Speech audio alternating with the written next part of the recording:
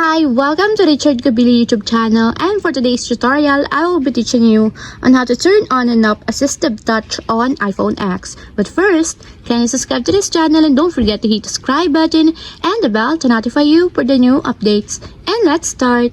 Using your iPhone X, from your home screen first, go to Settings. Then in the Settings, scroll down and find the Accessibility and then tap.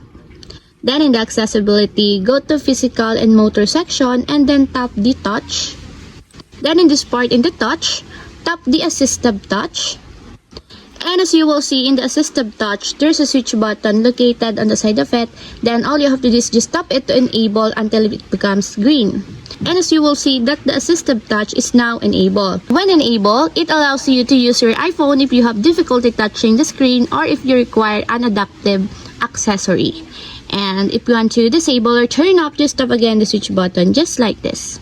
And that's as we have successfully turned on and off assistive touch on iPhone X.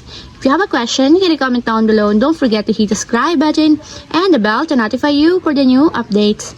And thank you for watching!